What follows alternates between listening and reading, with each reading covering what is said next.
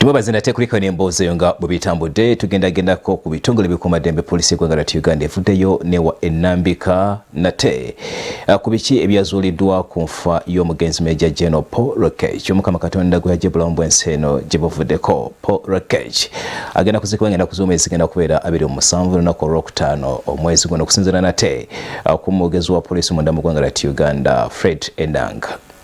Ekitongole kya poliisi kifulumizza lipoota ku nfa y'abadde omumyuka wa ssaabaduumizi waayo Major General Paul Lokech eyafudde eggulo ku ssaawa 4 kumakya mu maka g'Ekirabuwaate mu disitulikiti y'e Wakiso. Alipoota eno esomeddwa omwogezi wa poliisi Fred Enanga ku kitebe ekikulu e Naggulu. Abakugu mu kwekebejja baasobodde okuzuula nti omugenzi yafuna ekisago ku kakongovule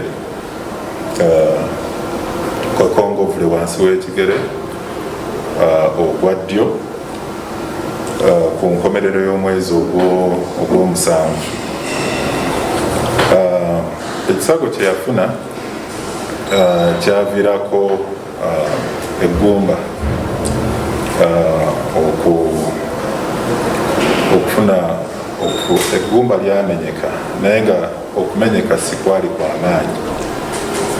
So n'olw'ensonga eyo twe kugenda ku medical center eya Ruby ewali omusawo we ow'amagumba eyatandika okumujjanjaba ne bamuteekako n'ekisementi. Naye olw'okuba ekisago tekyali kyamaanyi yasigala ng'ava waka n'agenda mu ddwaliro ne bamujjanjaba n'asobola okukomawo era n'eddwaliro ne limusaba okusigala ng'akola exercise ng'ali awaka. Enanga agamba nti omugenzi yasoose kwogerako n'omusawo we gye yabadde agenda okumukeberako kubanga abadde n'obuvune ku kakongovule. Era zaabadde ziwera ssaawa emu n'eddakiika 54 ng'ebula eddakiika nga 6 okwera ssaawa 2 ez'okumakya n'addamu n'akubira omusawo we ow'amagumba ku Ruby Medical Center okukakasa oba ku ssaawa 2:30 ajja kuba waali era n'akakasa. Kyamukisa mubi nti mu bwangu ddala ng'amaze okwogera n'omusawo ow'amagumba embeera yatandise okusajjuka n'atandika okubaka omukka ekyamuviiriddeko okunafuwa.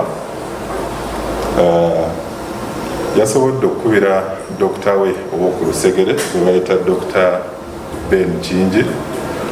Ono yasobodde okudduka n'amusanga nga ali mu kussa omukka ogw'enkomerero era yafiiridde mu maka ge. Enanga ategeezezza nti abakugu bana balondeddwa okumwekebejja omubadde n'abooluganda REM. Abakugu babadde bana era wakati waabwe wabaddewo n'akulira ebyobulamu mu kitongole ekya UPDF Brigadier General Dr. Kusasira Stephen ne dokita we ow'oku Lusegere Dr. Ben Kingi ono naye yabaddewo ate ne famire erina n'abantu babiri abakikiikiridde mu kwekebejja omulambo gw'omugenzi.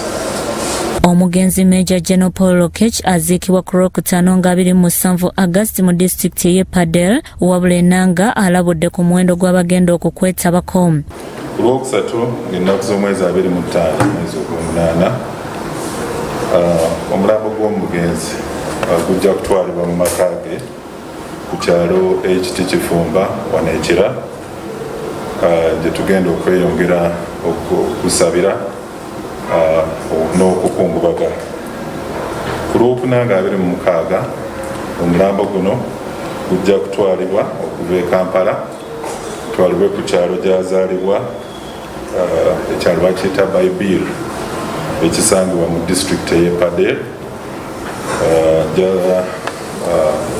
gye gujja okusuzibwa ate ku Lwokutaano ng'ennaku z'omwezi 27 omwezi ogw'omunaana okuziika kugende mu maaso ku bijja byewaabwe ku kyalo ky'e Baibil mu parish y'e Rudere mu disitulikiti ey'e Padel olw'okuba waliwo ekirwadde ekya ssennyiga omukambwe abasabye okuba nga bambala obukookolo n'okubeera abayonjo mu ngeri ey'okukozesa sanitizer n'okunaaba mu ngalo n'enkola eyatonsemberera okubeerawo mu kukungubaga. So tusaba abo bonna naddala abali mu kyalo Epadel abalina enteekateeka ez'okukungubaga nti balina okukikola mu ngeri esaana ne mu ngeri ey'okwewala ekirwadde kya COVID. Bangi bakubagiza n'okungubagira omugenzi okugeza okuva e South Sudan, Somalia n'awalala. Naye nga twagala okwebaza abakungubazi n'abo bonna abatusaasiddeku mu kiseera kino n'abantu ba bulijjo olw'okutusaasira n'obubaka obungi bwe buti obw'omukwano obw'okugumya